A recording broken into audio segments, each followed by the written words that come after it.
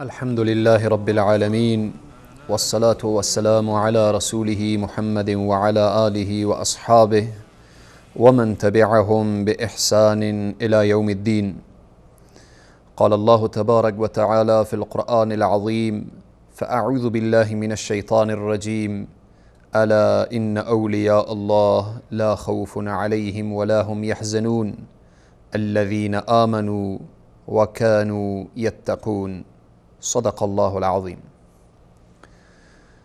خدمت همه بینندگان عزیز و گرامی، السلام علیکم و رحمت الله تعالی و برکاته.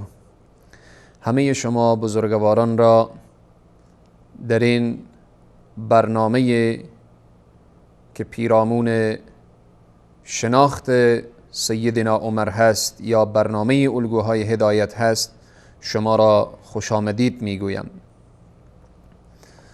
در جلسه گذشته پیرامون سیدنا عمر رضی الله تعالی عنه که گشت سیدنا عمر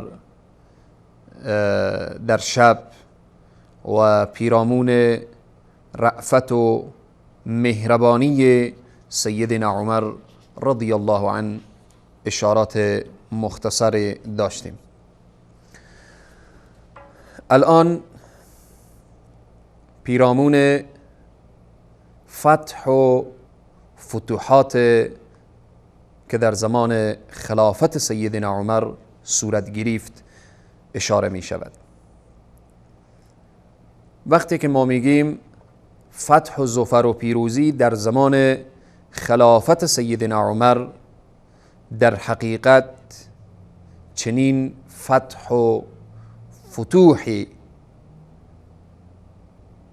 که در زمان سیدنا عمر رضی الله تعالی عنه صورت گرفت، ما بعد از سیدنا عمر دیگه تا الحال دیگه چنین فتح و ظفر و پیروزی در سراغ امت اسلامی ندیده ایم.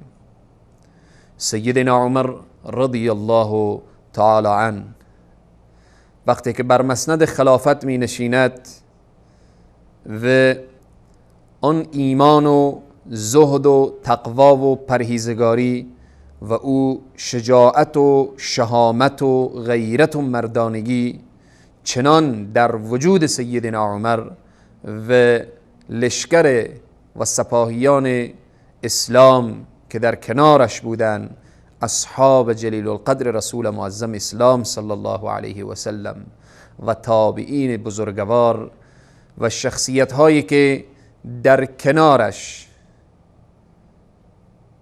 وقتی که میبینیم اکثر این کره خاکی را در تحت سیطره خود قرار میدهند، یعنی وقتی نگاه میکنیم اسلام در زمان سیدنا عمر با چی عزتی، با چی شأن و شوکت خود را به قلب اروپا میرساند.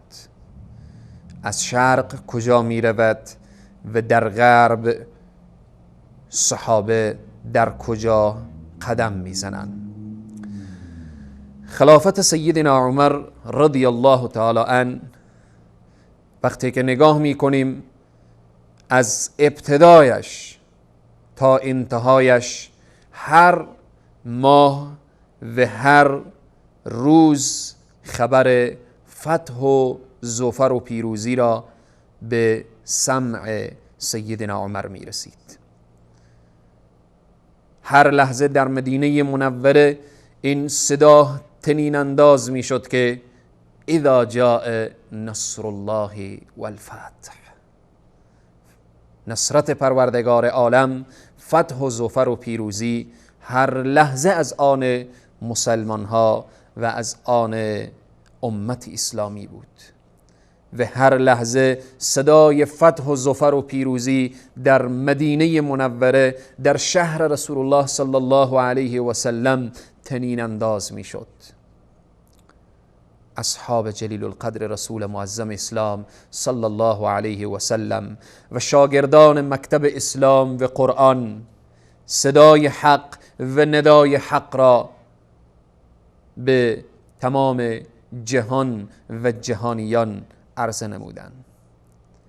اگر بخواهیم به جزئیات فتوحات زمان سیدنا عمر رضی الله عنه اشاره کنیم که چگونه فتح شد، به چه ترتیب فتح شد و هنگامی که لشکر روان شد و حرکت کرد طرف شهرهای مختلف چه شخص پرچمدار بود، فکر می کنم که شاید که چندین برنامه ما نتوانیم باز هم حق مطلب را ادا کنیم.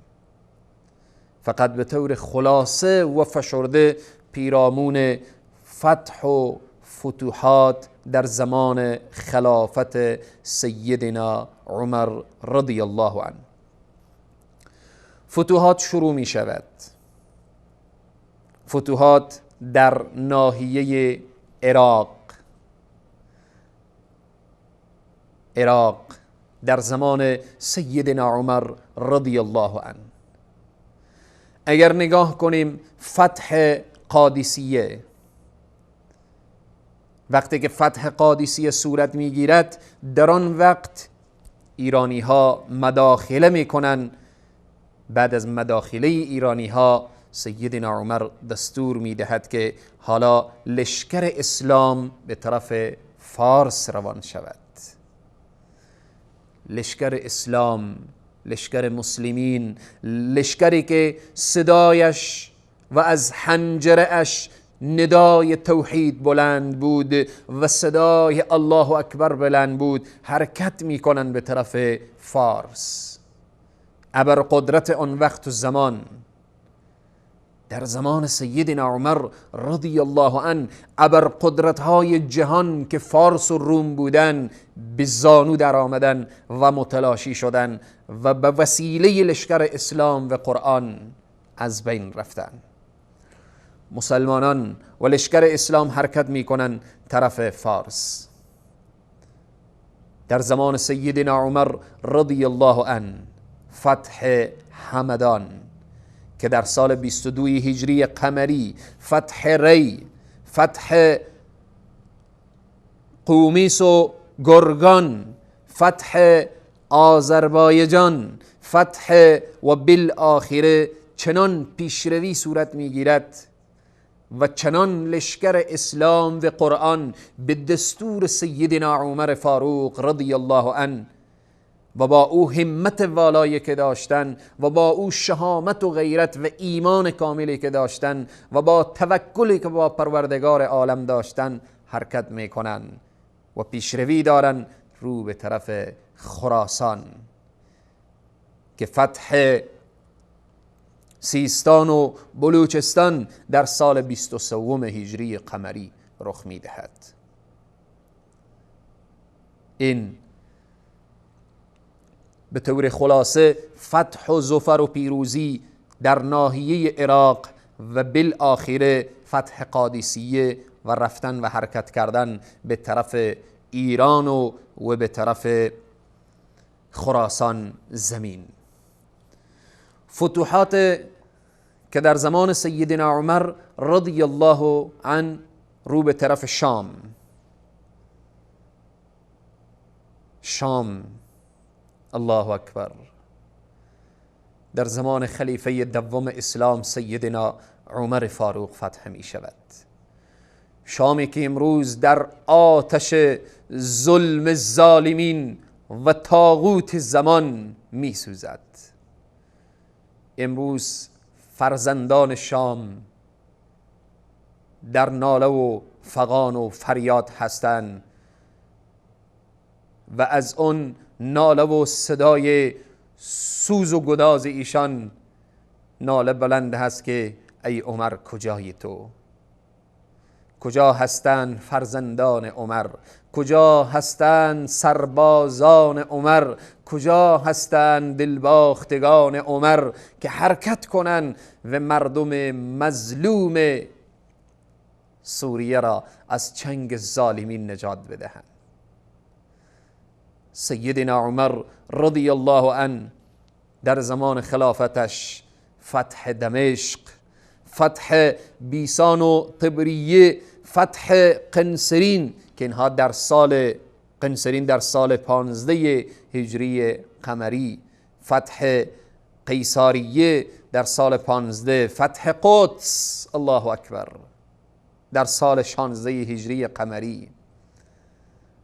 قدسی که امروز اسرائیل غاصب آمده بر فرق سر مظلوم ملت فلسطین میکوبه، صدا میزنه قدس کجا هست عمر؟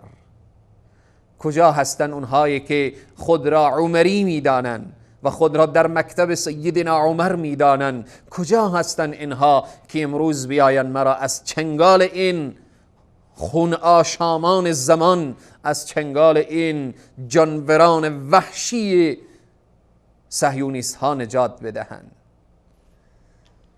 وقتی که انسان از فتوحات سیدنا عمر رضی الله عنه میگوید، از فتح قدس، از فتح شام و دمشق، امروز ای مسلمان، امروز چه جنایاتی که دشمنان اصحاب پیامبر اکرم صلی الله علیه و سلم در حق ملت مظلوم سوریه نکردن. هر جنایتی که از دست ایشان آمد انجام دادن و الان انجام میدهن. ولی اینجا ایمان من و تو مسلمان باید که ما را به تحرک وادار کنه و حرکت در وجود ما و حرکت در فکر و مفکوری ما، حرکت در قلم ما، حرکت و بالآخره در قدم ما و درم ما، اینها باید ایجاد بشه. اون ایمان باید که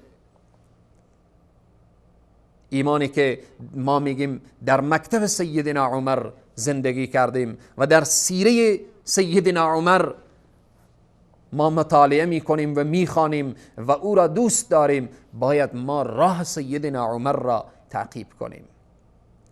سیدنا عمر رضی الله تعالی عنه حرکت میکنه، بیت المقدس را فتح میکنه. فتح بیت المقدس، قبله اول مسلمین که در ابتدا مسلمان ها طرف بیت المقدس نماز میخواندن مدت 17 ماه در مدینه منوره. این شهر زیبای بیت المقدس یا بیت المقدس به دست سیدنا عمر فتح می شود. فتح اسکندریه و فتح طرابلس و غیره. خلاصه این که سیدنا عمر رضی الله عنه وقتی که به خلافت رسید، کفر و شرک اندام به اندامشان می لرزید و فتوحات آغاز شد و ندای اسلام به قلب اروپا پیچید. در شرق و در غرب صدای اسلام و ندای اسلام، صدای توحید و ندای یکتاپرستی طنین انداز شد. در حقیقت هر زمانی که هر واعظی، هر سخنوری و هر انسانی که بخواهد که با زبان خود از فتح و فتوحات بگوید، هر انسانی که بخواهد با قلم خود از فتح و فتوحات بنویسد، هر انسانی که بخواهد از فتح و فتوحات سخن به زبان بیاورد، چی می شود؟ ناخودآگاه بدون اختیار سخن از فتح و ظفر و پیروزی در زمان سیدنا عمر به زبان می آید، از فتوحات سیدنا عمر به زبان می آید. سیدنا عمر تنها سرزمین ها را فتح نمی کرد، در کناری که اگر میگیم قدس، در کناری که میگیم دمشق و شام، در کناری که میگیم ایران و فارس و روم، در کنار این که ما میگیم این کشورها و این سرزمین ها فتح شد، سیدنا عمر فتوحات قلبی داشت. قلبها را فتح میکرد، فکرها را فتح میکرد.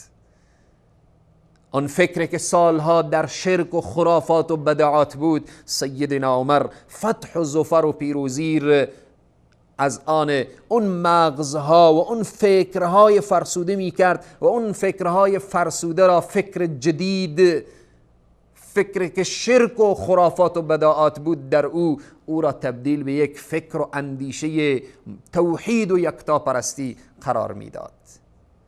چگونه قلبها را فتح می کرد، چگونه فکرها را تغییر میداد. بعد از یک میان برنامه ان شاء الله ادامه فتح و فتوحات را بیان خواهیم کرد. با ما باشید. السابقون الأولون من المهاجرين السابقون الأولون من المهاجرين والأنصار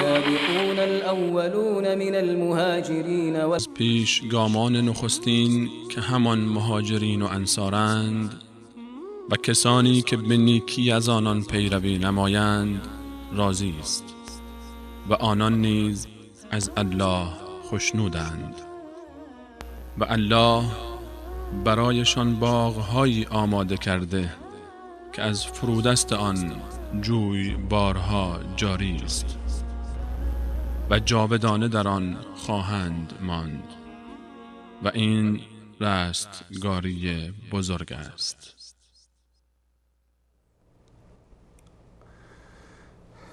مجددا خدمت همه شما بزرگواران السلام علیکم و رحمت الله تعالی و برکاته. سخن از فتح و فتوحات در زمان سیدنا عمر رضی الله تعالی عنه. قبل از میان برنامه اشاره شد که در زمان خلافت سیدنا عمر فتح و فتوحات شروع می شود در ناحیه عراق و فتح قادسیه و بالآخره حرکت کردن لشکر مسلمین به طرف فارس، به طرف ایران و همچنین فتح خراسان تا اینکه و فتوحات دیگری که فتح شام و دمشق و فتح بیت المقدس و خلاصه تا اینکه اسلام در قلب اروپا و فتح اسکندریه و اینها که هست. حالا اشاره کردیم که سیدنا عمر تنها ترکیز سیدنا عمر سر فتح شهرها نبود، شهرها که فتح می شد، اما مهمترین چیز فتح فکرها هست، فتح قلبها هست. سیدنا عمر رضی الله تعالی عنه احترام خاص به اصحاب جلیل القدر رسول معظم اسلام صلی الله علیه و سلم و برای علما و برای علم و برای داعیان الی الله داشت. سیدنا عمر میدانست نقش صحابه، جایگاه صحابه. سیدنا عمر میدانست ارزش علم و ارزش اهل علم و ارزش داعیان الی الله را. سیدنا عمر رضی الله عنه چنان به اخذ حدیث احتیاط می کرد که اگر کسی به نزد سیدنا عمر حدیثی را بیان می کرد، سیدنا عمر گواه می خواست، شاهد می خواست، تا اینکه نشود که حدیث موضوعی یا حدیث از زبان پیامبر اکرم صلی الله علیه و سلم که سند نداشته باشه شخص بیای روایت بکنه. سیدنا عمر در این حرکت خود که برای صحیح بودن و با سند بودن حدیث شاهد و گواه میخواست، از این چی میدانیم؟ از این درس را میگیریم که سیدنا عمر متوجه میسازد که این دین سرسری نیست. این دینی نیست که هر کس بیایه از سلیقه خود و از عقل و فکر خود بیایه در این دین چیزی را اضافه بکنه و کم بکنه. این دین است که الله سبحانه و تعالی وعده حفظ این دین را داده. این دین است که الله سبحانه و تعالی از این دین اظهار رضایت کرده. الیوم اکملت لکم، کامل ترین دین. الله ای را کامل گفته، الله این را به درجه کاملیت رسانده. الله سبحانه و تعالی ای را بهترین نعمت بیان کرده. سیدنا عمر میخواست که فکرها را متوجه بسازه، فکرهای خواب را بیدار بکنه، فکرهای خمود و جمود را بالآخره وادار به تحرک بنمایه. اونهایی که خموده، جموده، اونهایی که از تحرک افتاده، وادار کنه که این فکرها بیدار بشن، متوجه بشن که این دینی نیست که هر کس بیایه بدون اسناد، بدون شواهد، بدون بالآخره مدرک بیایه حرف بزنه و مسئله را مطرح کنه. سیدنا عمر رضی الله تعالی عنه در اینجا میخواه که بفهمانه که این دین است که کسی باید حرف بزنه که اهل فکر باشه، اهل خرد باشه، اهل دانش باشه در این راستا. سیدنا عمر رضی الله عنه هنگامی که شهرها، این مناطقی که گفتیم وقتی که فتح می شد، آیا فقط به امور اقتصادی شهر می پرداخت؟ آیا فقط به بعد اجتماعی شهر می پرداخت؟ آیا فقط در قضایای سیاسی این شهر فکر می کرد؟ سیدنا عمر وقتی که شهر فتح می شد مراکز فرهنگی را تشکیل میداد به خاطر تغییر و تحول افکاری که سالها به بیراه رفته است. امروز دنیا دم از فرهنگ میزند، یا خصوصا که در بین فارسی زبانها اونهایی که خود را فرهنگی میدانند و میبینیم باز از حلقوم و حنجره کثیفشان توهین به اصحاب رسول اکرم صلی الله علیه و سلم، توهین به سیدنا عمر میشود و بعد میگن ما فرهنگی هم هستیم.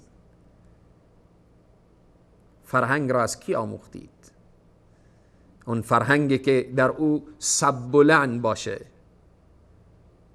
فرهنگی که در آن بی‌حیایی و زشتی و ناروایی باشه، او فرهنگ نیست. او راه و روش اصحاب پیامبر و اهل بیت پیامبر نیست. بیا ببین که فرهنگ اسلامی و مراکز فرهنگ اسلامی از کجا تشکیل می شود. سیدنا عمر رضی الله عنه مراکز فرهنگی در زمان خلافتش تشکیل می دهد. مراکز فرهنگی که در آنجا فرهنگ قرآن، فرهنگ سنت نبوی صلی الله علیه و سلم که سرچشمه اصلی از قرآن و از احادیث گوهربار نبی کریم صلی الله علیه و سلم دارد. این فکر سیدنا عمر، شهر فتح شد، در آنجا مرکز فرهنگی می ساخت.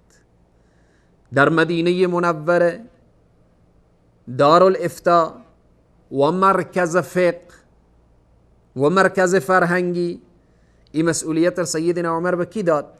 به کدام شخص؟ به زید ابن ثابت رضی الله عنه و بعضی دیگر از صحابه. این مرکز ارتباط به شما میگیره، مسائل دین، مسائل عقیده.